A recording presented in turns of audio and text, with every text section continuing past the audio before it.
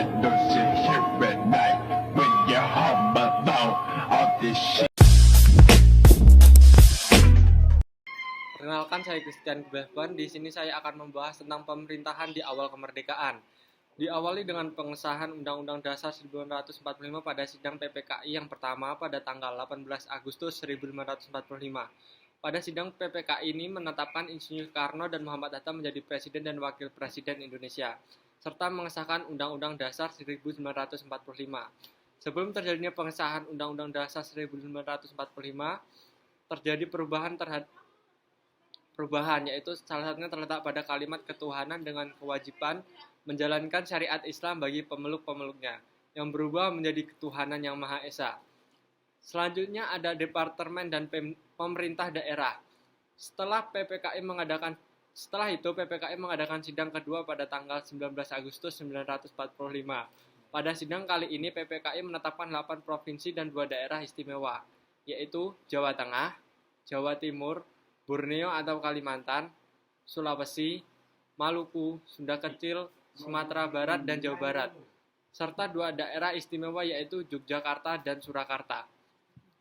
Dan pada saat itu juga, Ahmad Subarjo menyampaikan tentang departemen yang ada di Indonesia. Dan ada 12 departemen yang disepakati oleh anggota PPKI, yaitu 1. Kementerian Dalam Negeri, 2. Kementerian Luar Negeri, 3. Kementerian Kehakiman, 4. Kementerian Keuangan, 5. Kementerian Kemakmuran, 6. Kementerian Kesehatan, 7. Kementerian Pengajaran, 8. Kementerian Sosial, 9. Kementerian Pertahanan, 10. Kementerian Penerangan, 11. Kementerian Perhubungan, dan 12. Kementerian Pekerjaan Umum.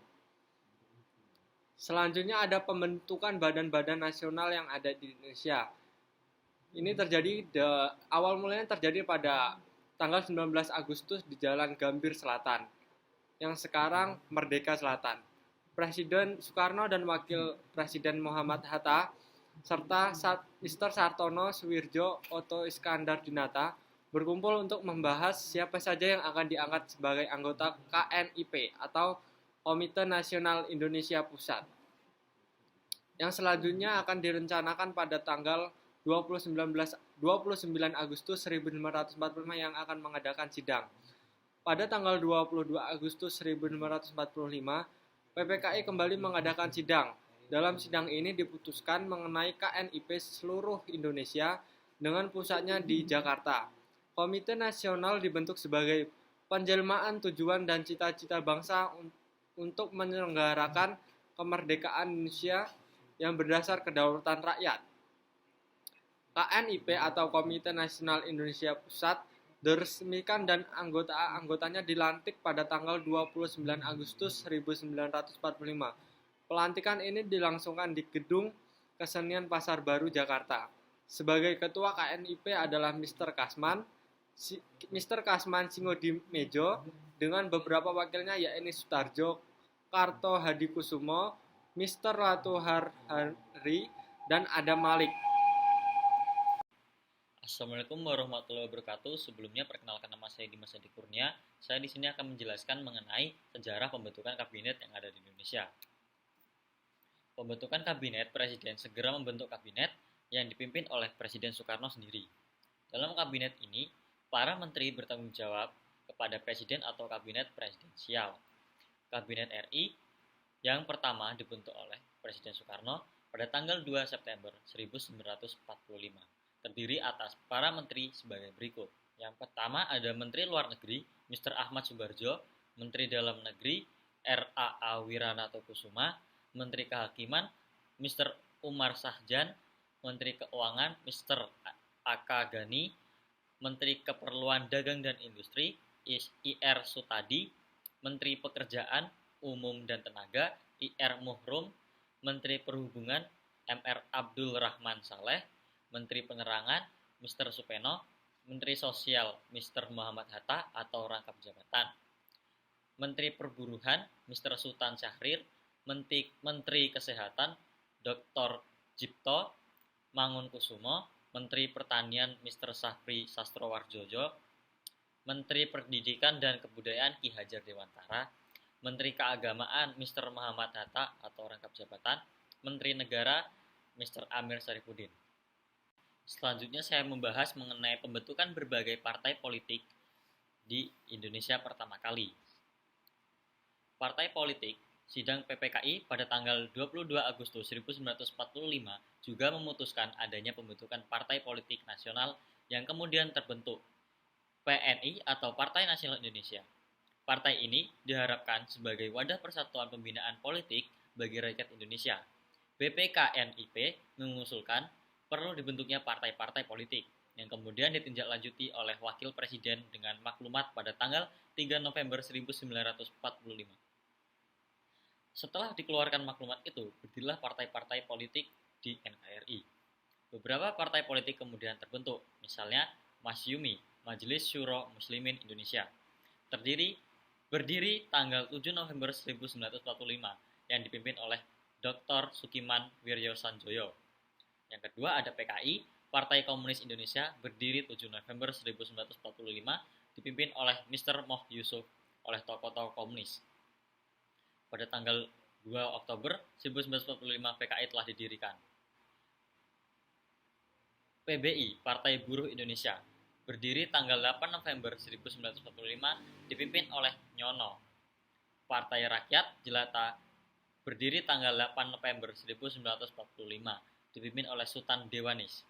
Parkindo atau Partai Kristen Indonesia, berdiri tanggal 10 November 1945, dipimpin oleh Dr. Prabowinoto. Selanjutnya PSI, Partai Sosialis Indonesia, berdiri tanggal 10 November 1945, dipimpin oleh Amir Syarifuddin. PRS, Partai Rakyat Sosialis, berdiri tanggal 10 November 1945, dipimpin oleh Sultan Syahrir. PKRI, Partai Katolik Republik Indonesia, berdiri tanggal 8 Desember 1945, dipimpin oleh I.J. Kasimo. Persatuan Rakyat Marhain Indonesia, berdiri tanggal 17 Desember 1945, dipimpin oleh J.B. Asa. PNI, Partai Nasional Indonesia, berdiri tanggal 29 Januari 1946. PNI merupakan penggabungan dari Partai Rakyat Indonesia atau PRI, Gerakan Republik Indonesia, dan Serikat Rakyat Indonesia, yang masing-masing sudah berdiri dalam bulan November dan Desember 1945. Oke, pada materi terakhir saya akan menjelaskan sejarah lahirnya Tentara Republik Indonesia. Setelah bangsa Indonesia memproklamasikan kemerdekaannya pada 17 Agustus 1945, pada saat itu Indonesia belum mempunyai tentara kebangsaan. Tentara peta tidak dapat langsung dijadikan sebagai tentara Indonesia karena saat itu Indonesia masih dalam status quo hingga kedatangan sekutu di Indonesia. Kemudian pada 18 Agustus 1945, Pantai Persiapan Kemerdekaan Indonesia atau PPKI yang diketuai oleh Otto Iskandar Dinata merencanakan untuk membentuk susunan pembagian sebagai wilayah, kepolisian negara, tentara kebangsaan, dan perekonomian. Awal mula pembentukan organisasi militer. Setelah proklamasi kemerdekaan Indonesia pada tanggal 17 Agustus 1945, situasi keamanan negara masih belum stabil. Ancaman dari Belanda yang ingin kembali menjajah Indonesia masih nyata. Hal ini mendorong para pemuda dan pejuang kemerdekaan untuk membentuk organisasi militer untuk mempertahankan kemerdekaan. Pada tanggal 22 Agustus 1945, dibentuklah Badan Keamanan Rakyat atau BKR oleh Komite Van Aksi KVA di Yogyakarta. BKR kemudian berkembang pesat di seluruh wilayah Indonesia. Pada tanggal 5 Oktober 1945, BKR diubah namanya menjadi Tentara Keamanan Rakyat atau TKR. TKR diresmikan oleh Presiden Soekarno dan menjadi cikal bakal TNI. Perkembangan menuju TNI. Seiring dengan perkembangan situasi politik dan militer, TKR mengalami berbagai perubahan dan perkembangan.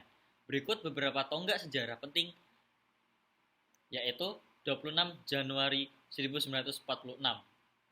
TKR diubah namanya menjadi Tentara Republik Indonesia atau TRI. Selanjutnya, 3 Juni 1947 terjadi penyatuan dua kekuatan bersenjata yaitu TRI sebagai tentara reguler dan Badan-Badan Perjuangan Rakyat dengan dibentuknya Tentara Nasional Indonesia atau TNI. 1950, TNI mengalami reorganisasi menjadi Angkatan Darat AD, Angkatan Laut AL, dan Angkatan Udara AU. 1962, TNI digabungkan dengan Kepolisian Negara atau Polri menjadi Angkatan Bersenjata Republik Indonesia atau yang biasa kita kenal ABRI. 1998, ABRI diubah kembali menjadi TNI dan Polri. Peran TNI dalam mempertahankan kemerdekaan, yaitu TNI telah memainkan peran penting dalam mempertahankan kemerdekaan Indonesia sejak awal perjuangan kemerdekaan hingga saat ini. Berikut beberapa contohnya. Yang pertama, yaitu melawan agresi militer Belanda. TNI bertempur dengan gagah berani melawan pasukan Belanda dalam agresi militer 1 dan 2, menjaga stabilitas negara. TNI membantu menjaga stabilitas negara dari berbagai ancaman internal dan eksternal. Yang selanjutnya, membantu misi kemanusiaan. TNI aktif dalam misi kemanusiaan baik di dalam maupun luar negeri. TNI saat ini, yaitu sekarang yang kita kenal sebagai Tentara Nasional Indonesia, saat ini merupakan tentara profesional yang modern dan tangguh. TNI terus berbenah diri untuk meningkatkan kualitas dan kemampuannya dalam rangka menjaga kedaulatan dan keutuhan wilayah negara Kesatuan Republik Indonesia. Sekian materi yang dapat saya sampaikan. Selebihnya saya mohon maaf. Saya akhiri. Wassalamualaikum warahmatullahi wabarakatuh.